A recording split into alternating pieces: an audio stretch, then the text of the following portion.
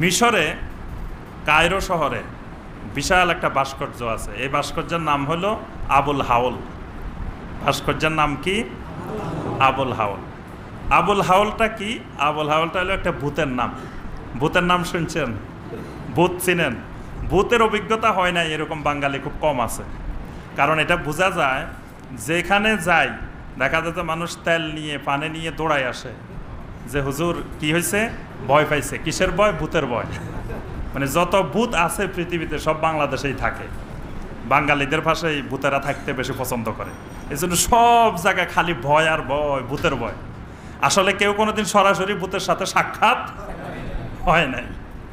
আচ্ছা, যাই হোক, মিশরে এরকম একবার এই আবুল হাওলের ভয়ঙ্কর আক্রমণ, ভূতের আক্রমণ। আল্লাহ সুবহানাহু ওয়া তাআলা মানুষকে সৃষ্টি করেছেন 4টি অবস্থা করে।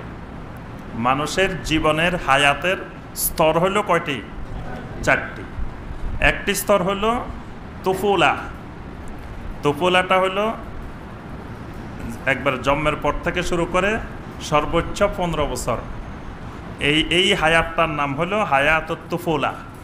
তুফুলা মানে শিশুকাল, শৈশব। কিন্তু আমাদের দেশের শিশু আবার 18 বছর পর্যন্ত। বাংলাদেশের শিশু 18 বছর। আমরা এটাকে বলছি না, বাংলাদেশের শিশুদের আবার ছেলে মেয়েও হয়। বাংলাদেশের শিশুদেরও ছেলে মেয়ে হয়। অর্থাৎ 18 বছর হইল বাংলাদেশের শিশু। কিন্তু ইমাম আবু হানিফা রহমতুল্লাহের মত হলো সর্বোচ্চ 15 বছর, অন্যান্যদের মত হলো সর্বোচ্চ 14 বছর। 14 বছর পরে যদি তার কোনো বালেগ হওয়ার লক্ষণ প্রকাশ নাও হয়, তাও সে বালেগ। আর শুধু হানাফি মাযহাবে 1 বছর বেশি, 15 বছর সর্বোচ্চ সীমা। অন্যদের মত হলো 14 বছর। তাহলে এই 15 বছর পর্যন্ত এই হায়াতটাকে কি বলে? শিশুকাল, শৈশবকাল। 15 থেকে শুরু করে 40 এই হায়াতের নাম হলো যৌবনকাল, শাবাব, হায়াতুস শাবাব, যৌবনকাল। তাহলে শিশুকাল কয় বছর? যৌবনকাল 25 বছর, 10 বছর আরো বেশি। আচ্ছা, এরপরে যে 40 থেকে 50 এটাকে বলা হয়, এটার নাম হলো হায়াতুস শাইখুকা। মানে এই 40 থেকে 50 এর মাঝখানে একটা হায়াত আছে, একটা বয়স আছে। না, এটার নাম শাইখুকা না, এটার নাম হায়াতুল কুহুলা। এটার নাম হলো কুহুলা। মানে এটাকে বাংলা বলা হয় প্রৌঢ়। প্রৌঢ় নাম শুনছেন না? এই 40 থেকে 50 থেকে ধরেন 70, গড়ে আমরা 70 ধরি, 50 থেকে 70 এটার নাম হলো হায়াতুস শাইখুকা, বৃদ্ধকাল। তাহলে মানুষের জীবনের হায়াতের 4টি স্তর। এই 4টি স্তরের আবার আমরা হিসাব করে ফেলতে পারি কে কোন স্তরে আছি। কেউ তুফুলের মধ্যে আছি, কেউ শাবাবের মধ্যে আছি, কেউ ওই কুহুলের মধ্যে আছি, কেউ শাইখুকার মধ্যে আছি। এই 4 স্তরের যে কোনো একটি স্তরে আমরা আছি। আল্লাহ পাক বলতেছেন যে এই 4টি স্তরের মধ্যেই আল্লাহকে খুঁজে পাওয়া যাবে। কারণ আল্লাহ সুবহানাহু ওয়া তাআলা যেই মানুষকে দুর্বল অবস্থা থেকে সৃষ্টি করে সবল করছেন, আবার সবল থেকে আস্তে আস্তে আস্তে আস্তে দুর্বল বানাইছেন। একেবারে পৃথিবী থেকে যাওয়ার সময় 70-80 বছর পরে শিশু অবস্থায় যেরকম, সেই অবস্থায় ফিরে আবার দুনিয়া থেকে যাচ্ছে। তাহলে এখানে মানুষের কোনো ক্ষমতা, মানুষের কোনো পাওয়ার কাজ করতেছে? তাহলে তার শরীর, তার বয়স, তার হায়াত, এটাও তো তার কথা শুনে না। তাহলে এটা কার কথা শুনে? এটা চিন্তা করলে সে আল্লাহকে খুঁজে পাবে। মানে তার নিজের মধ্যেই আল্লাহকে খুঁজে পাবে। যে আমি চেষ্টা করতেছি আমার দাড়িগুলা, চুলগুলা যেন সাদা না হয়। সবাই কিন্তু চেষ্টা করে, সাদা হইলেও কতভাবে লুকানোর চেষ্টা করে, কালো বানাই। দেখবেন যে কালো বানায় যাতে সাদা মানুষ না দেখে, মানে বৃদ্ধ হইতে চায় না। সবাই চায় যুবক থাকবে সারা জীবন, যুবক 80 বছরেও যুবক, 80 বছরেও যুবক থাকতে চায়, বৃদ্ধ কেউ চায় না। এই জন্য সাদা দাড়ি প্রকাশ করতে চায় না। কিন্তু দেখেন জাহিলি যুগের কবি, আজ থেকে সেই 1400-1500 বছর আগের কবি, জাহিলি যুগের কবি বলতেছেন, ইজা রাআইতুশ শাইবা লাহা বায়াদুহু ফাকুলতু লিশ-শাইবে মারহাবা।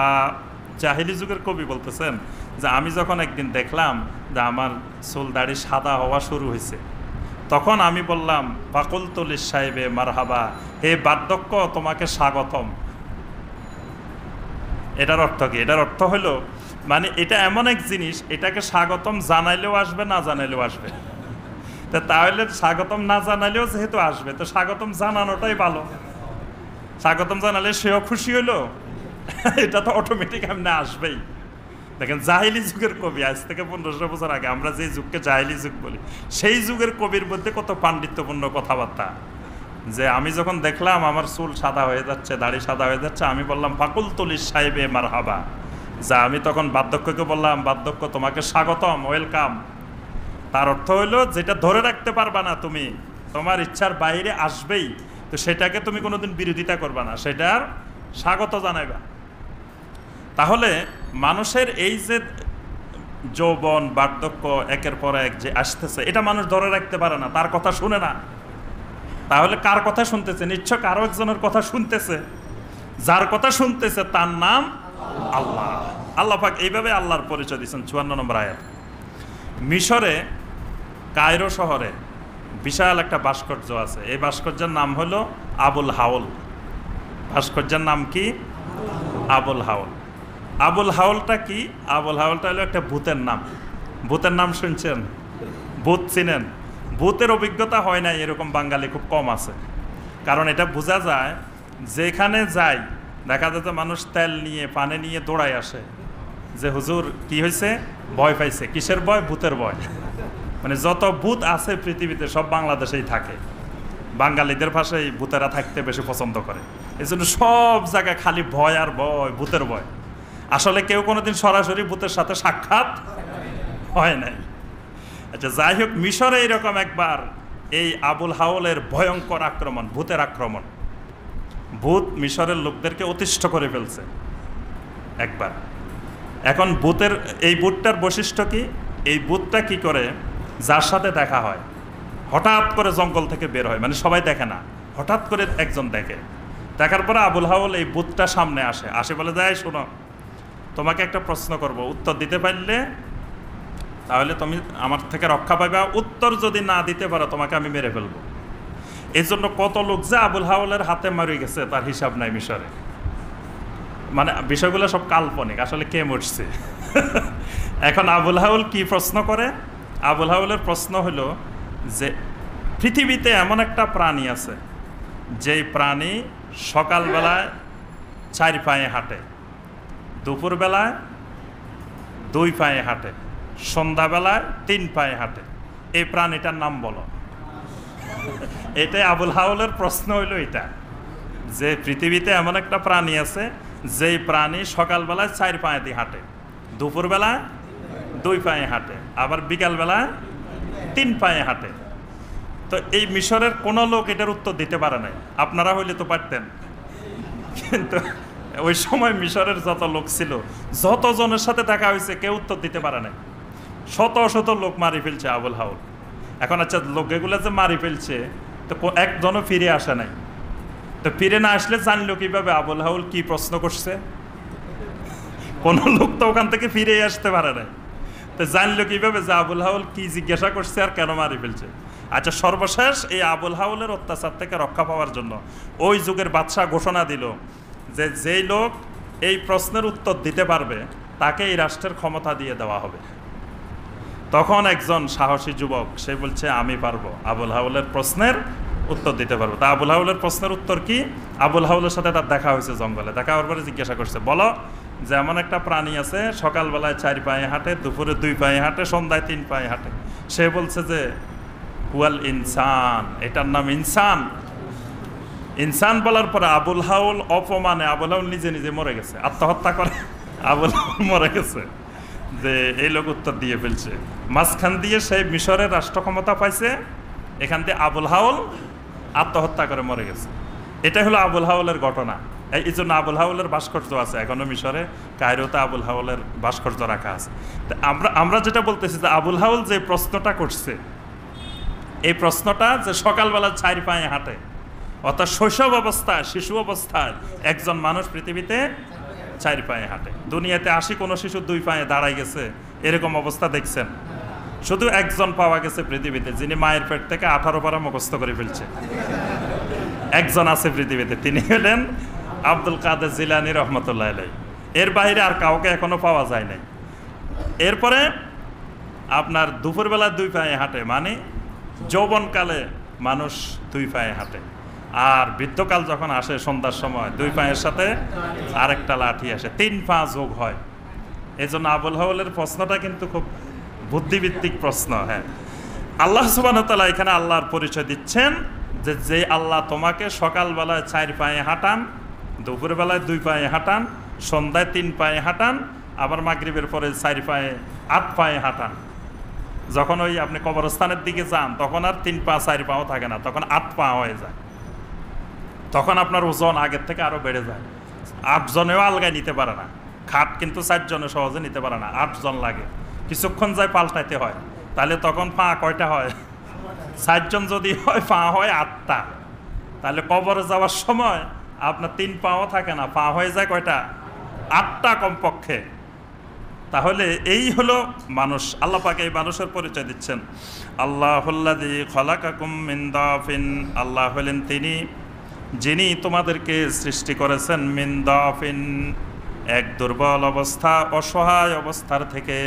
মানুষকে আল্লাহ পাক সৃষ্টি করেছেন একেবারে দুর্বল জিনিস, যে জিনিসের কোনো মানে শক্ত কোনো অবস্থান নাই, দুর্বল নড়বড়ে নরম জিনিস। সুম্মা জাআলা মিন বাদি দাফিন কুওয়া। এরপরে এই দুর্বল অবস্থায় পৃথিবীতে আনার পরে তোমাদেরকে আল্লাহ রাব্বুল আলামিন পর্যায়ক্রমে কুওয়াত দান করলেন, শক্তি দান করলেন। শক্তি দান করতে করতে একসময় যৌবনে পদার্পণ করাইলেন। সুম্মা জাআলা মিন বাদি কুওয়াতিন দাফা। আবার আল্লাহ রাব্বুল আলামিন ওই শক্তির পথ থেকে আস্তে আস্তে তোমাদেরকে দুর্বলতার দিকে নিয়ে যান। ওয়াশাইবা, এবং পর্যায়ক্রমে বার্ধক্যে উপনীত করেন। সুবহানাল্লাহ। এখানে আল্লাহ পাক 4টা অবস্থা বলছেন। এই দাফিন মানে শৈশবকাল, আর কুওয়া মানে যৌবনকাল। এরপর আবার আল্লাহ বলছেন মিন বাদি কুওয়াতিন দাফা, ওইটা হলো কুহুলা। আর ওয়াশাইবা, সাইবা হলো বার্ধক্যকাল। ইয়াখলুকু মা ইয়াশা। আল্লাহ রাব্বুল আলামিন যেভাবে ইচ্ছা করেন সেইভাবে সৃষ্টি করেন। মানে সৃষ্টির ক্ষেত্রে আল্লাহর ইচ্ছার বাইরে আল্লাহকে কেউ কিন্তু পরামর্শ দেয় নাই আমাদেরকে কিভাবে বানাবে। আমাদের চোখগুলা সামনের দিকে দিবে না 2 দিকে 2টা দিবে, এটাকে আল্লাহ কারোর সাথে পরামর্শ করছে? ইয়াখলুকু মা ইয়াশা, এই মানুষকে, মাখলুকাতকে, প্রাণীগুলোকে কিভাবে সৃষ্টি করবেন এটা আল্লাহর ইচ্ছাই হয়েছে। এখানে আল্লাহর কোনো পরামর্শদাতা নাই। ওয়াহুয়াল আলিমুল কাদির, তিনি হলেন মহাজ্ঞানী। আল আলিম মানে তিনি তার এলেমের ভিত্তিতে মানুষগুলোকে সৃষ্টি করেছেন। আল কাদির, তিনি হলেন মহান ক্ষমতাবান, কুদরতের মালিক। যিনি কুদরতের মালিক তার নাম হলো কাদির। তিনি আল্লাহ পাক এখানে আল্লাহ 2টা পরিচয় দিচ্ছেন, একটা আলিম, একটা কাদির। অর্থাৎ আল্লাহ পাক বলতে চাচ্ছেন আমি মানুষদেরকে বানিয়েছি আমার এলেমের ভিত্তিতে এবং আমার কুদরতের ভিত্তিতে, আমার ক্ষমতায়, আমার এলেমে বানাইছি। ওয়ায়াউমা তাকুমুস সাআতু ইউকসিমুল মুজরিমুন। আল্লাহ পাক বলেন যেই দিন কিয়ামত কায়েম হবে সেই দিন পাপী মানুষেরা, মুজরিমুনেরা 2 ভাগে বিভক্ত হয়ে যাবে। মা লাবিসু গায়রা সাআতিন, আর তারা কসম করে করে বলতে থাকবে যে আমরা তো অল্প একটু সময় অবস্থান করেছিলাম। মানে গুনাহগার মানুষেরা, পাপী লোকেরা বলতে থাকবে যে আমরা তো দুনিয়াতে একেবারে অল্প সময় ছিলাম। তো ঠিক আছে, অল্প সময় তো ছিলা তোমরা, তো অল্প সময় তোমরা নাফরমানি করছো কেন? তাদের কথা হলো যে আমরা যদি সময় আর একটু বেশি পাইতাম তাহলে তওবা করে আবার ফিরে আসতাম। সময় তো পাই নাই, এই জন্য তওবা করতে পারি নাই। মানে 60 বছর 70 বছর পাওয়ার পরেও তওবা করার সময়টা পায় নাই, ঈমান আনার সময়টা পায় নাই। কাযালিকা কানু ইউফাকুন। আল্লাহ রাব্বুল আলামিন বলেন এইভাবেই ওই মুজরিমুনদেরকে, পাপী মানুষগুলোকে ধোঁকায় নিপতিত করা হয়, সন্দেহে নিপতিত করা হয়। অর্থাৎ এরা যেই সময়টা আল্লাহ পাক এদেরকে পৃথিবীতে হায়াত দিয়েছেন সেই সময়টা অবহেলায়, খেলাধুলায় বিভিন্নভাবে কাটাই দিছে, কিন্তু আল্লাহর দিকে ফিরে আসার সময় পায় নাই। দুনিয়াতে তারা ধোঁকায় নিপতিত হয়েছে। ওয়াকালাল্লাযীনা উতুল ইলমা ওয়াল ঈমান, আর যে মানুষগুলোকে আল্লাহ রাব্বুল আলামিন ইলম দিয়েছেন আর ঈমান দিয়েছেন, সুবহানাল্লাহ। পৃথিবীতে এক শ্রেণীর মানুষ আছে আল্লাযীনা উতুল ইলমা ওয়াল ঈমান, আল্লাহ পাক ইলম দিয়েছেন, ঈমান দিয়েছেন, সুবহানাল্লাহ। তাহলে ইলম আর ঈমানের সাথে গভীর সম্পর্ক আছে। ইলমবিহীন ঈমান হয় না, ঈমানবিহীন ইলম হয় না, এটার গভীর সম্পর্ক। আপনার যদি আল্লাহর ব্যাপারে ইলম না থাকে তো ঈমান আনবেন কিভাবে? এজন্য দেখেন ঈমানের আগে আল্লাহ ইলমের কথা বলছেন, আল্লাযীনা উতুল ইলমা ওয়াল ঈমান, আল্লাহ পাক যাদেরকে ইলম দান করেছেন, যাদেরকে ঈমান দান করেছেন, তারা কিয়ামতের দিন বলে উঠবেন, লাকাদ লাবিসতুম ফি কিতাবিল্লাহি ইলা ইয়াউমিল বাস। ও আল্লাহর বান্দারা, পাপীরা, আল্লাহ রাব্বুল আলামিনের কিতাবের মধ্যে নির্ধারিত যে সময় ছিল সেই সময় তো তোমরা দুনিয়াতে ছিলা, ইলা ইয়াউমিল বাস, এই পুনরুত্থান দিবস পর্যন্তই তো তোমরা দুনিয়ায় কাটাইছো, বারজাখী জীবনে কাটাইছো। অর্থাৎ আল্লাহ পাক যেটা তোমাদের জন্য আল্লাহর নির্ধারিত কিতাবের মধ্যে লিখে রেখেছেন সেটাই তো তোমাদের হয়েছে। ফাহাজা ইয়াউমুল বাস, আজকের এই দিন হলো বাসের দিন। বাসের দিন মানে সেখানে বিআরটিসির বাস পাওয়া যাবে নাকি বরিশালের লঞ্চ পাওয়া যাবে? কিয়ামতের দিন কি পাওয়া যাবে? কিছুই পাওয়া যাবে না। এটা হলো ইয়াউমুল বাস, মানে পুনরুত্থানের দিন, মানে আলমে বারজাক থেকে, কবরের জগৎ থেকে তোমাদের আবার পুনরায় দাঁড়ানোর দিন, কিয়ামতের দিন। ওয়ালাকিন্নাকুম কুনতুম লা তা'লামুন, কিন্তু তোমরা তো দুনিয়াতে এই ইয়াউমুল বাসকে বিশ্বাস করো নাই। তোমরা তো এই যে কিয়ামতের দিন আবার তোমাদেরকে পুনরুত্থান হবে, এটা তো তোমরা দুনিয়াতে বিশ্বাস করো নাই। ফায়াউমাইযিন লা ইয়ানফাউল্লাযীনা যালামু মাযিরাতাহুম, আল্লাহ রাব্বুল আলামিন বলেন ওই দিন জালেমেরা অনেক রকমের ওজর পেশ করবে, কিন্তু কোনো ওজর কিয়ামতের দিন কোনো উপকারে আসবে না। ওয়ালা হুম ইউস্তাতাবুন, কোনো ওজর তাদেরকে রক্ষা করতেও পারবে না। যত রকমের ওজর আপত্তি এগুলো দিয়ে তাদের বাঁচার কোনো রাস্তা কিয়ামতের ময়দানে থাকবে না। ওয়ালাকাদ দারাবনা লিন্নাসি ফি হাযাল কুরআনি মিন কুল্লি মাসাল, দুনিয়ার মানুষের জন্য এই কোরআনের মধ্যে যত রকমের দৃষ্টান্ত, যত রকমের জিনিস জানা দরকার, সব জিনিসের সমাহার আমি আল্লাহ কোরআনের মধ্যে দিয়েছি। দুনিয়ার মানুষের যা জানা দরকার সব জিনিস আল্লাহ বলতেছেন ফি হাযাল কোরআন, এই কোরআনের মধ্যে আমি দিয়েছি। তাহলে কোরআনের সাথে সম্পর্ক নাই মানে তার সাথে দ্বীনের সাথে, দুনিয়ার সাথে, আখিরাতের সাথে কোনো সম্পর্কই নেই। ওয়ালা ইন জিতাহুম বিআয়াতিন লা ইয়াকুলান্নাল্লাযীনা কাফারু ইন আনতুম ইল্লা মুবতিলুন, আর রাসূল আপনি তাদের কাছে যত আয়াত, যত নিদর্শন নিয়ে আসুন না কেন, কাফেরেরা বলতে থাকবে ইন আনতুম ইল্লা মুবতিলুন, আপনারা তো বাতিল। মানে কাফেরেরা আপনাকে বলবে যে কাফেরেরা হক, আপনি বাতিল। তাহলে বাতিল বলা এটা হকের দলিল। কথাটা বুঝতে পারছেন? যদি আপনাকে বলে কেউ যে তুমি বাতিল, তুমি গোমরা হয়ে গেছো, তাহলে বুঝবেন যে আপনি হকের উপরে আছেন। কারণ আল্লাহ পাক নবী সাল্লাল্লাহু আলাইহি ওয়াসাল্লামকে বলতেছেন যে লা ইয়াকুলান্নাল্লাযীনা কাফারু, কাফেরেরা আপনাকে অবশ্যই অবশ্যই বলবে ইন আনতুম ইল্লা মুবতিলুন, তোমরা বাতিল হয়ে গেছো। আল্লাহ রাসূলকে বলবে বাতিল হয়ে গেছে। তা আমরা আপনারা কি? আমরা তো গোনার মধ্যে নেই।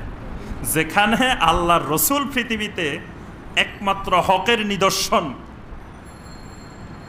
হকের মার্কাজ, সত্যের যিনি মূল প্রচারক, মূল দায়ী, তাকেই কাফেরেরা বলতেছে ইন আনতুম ইল্লা মুবতিলুন, তুমি তো বাতিল হয়ে গেছো, তুমি গোমরাহ হয়ে গেছো। তাহলে বোঝা গেল যে যুগে যুগে হকপন্থীদেরকে সবসময় বাতিল বলা হতো।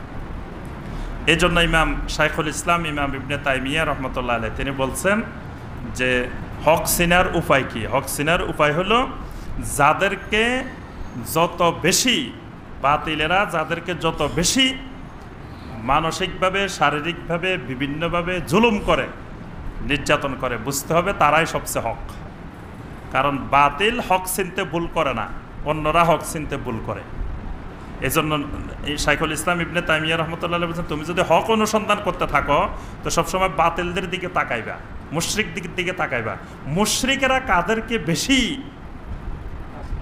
মানে খারাপ মনে করতেছে, কাদের প্রতি তারা খুব ছড়াও হচ্ছে, বুঝবে যে তারাই বেশি হক। কারণ তুমি সহজে হক চিনবে না, যতটুকু হক চিনবে মুশরিকেরা, বাতিলেরা। কাযালিকা ইয়াতবাউল্লাহু আলা কুলুবিল্লাযিনা লা ইয়ালামুন। আল্লাহ রাব্বুল আলামিন বলেন, এইভাবেই আল্লাহ পাক যাদের কাছে এলেম নাই তাদের অন্তরের উপরে মোহর মেরে দেন। তাহলে অন্তরে মোহরটা আল্লাহ পাক মেরে দেন কাদেরকে? আল্লাযিনা লা ইয়ালামুন, যাদের এলেম নাই। এই এলেম মানে কোন এলেম? ঈমানি এলেম, এটা অন্য এলেম না, এটা ঈমানি এলেম। ঈমানি এলেম যদি কারো কাছে না থাকে, বাস ইয়াতবাউল্লাহু, আল্লাহ পাক তার অন্তরের উপরে মোহর মেরে দেন। কারণ ঈমানি এলেম না থাকলে তার পক্ষে আল্লাহকে চিনা, দিন চিনা, তারপরে নবী চিনা, এগুলো অসম্ভব বিষয়। তাহলে ঈমানি এলেম কি কি?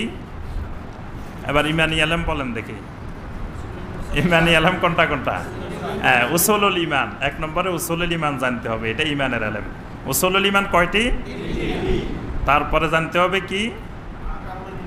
আহকামুল ঈমান, আরকানুল ঈমান। ঈমানের আরকান আহকাম, এটা জানতে হবে, এটা ঈমানের এলেম। তারপরে জানতে হবে নাওয়াকিদুল ঈমান, ঈমান কি কি কারণে ভঙ্গ হয়ে যায়, ঈমান নষ্ট হয়ে যায়, এগুলা হলো ঈমানি এলেম। এগুলার ব্যাখ্যা বিশ্লেষণ সহ জানতে হবে। এটা জানা সব নারী পুরুষের জন্য ফরজ, ফরজে আইন, ঈমানি এলেম। আর আমলের এলেম, ইবাদতের এলেম, মৌলিকটা ফরজে আইন, বাকিগুলা ফরজে কিফায়া। কিন্তু ঈমানি এলেমের মধ্যে ফরজে কিফায়া নাই, ঈমানি এলেম সবগুলোই ফরজে আইন।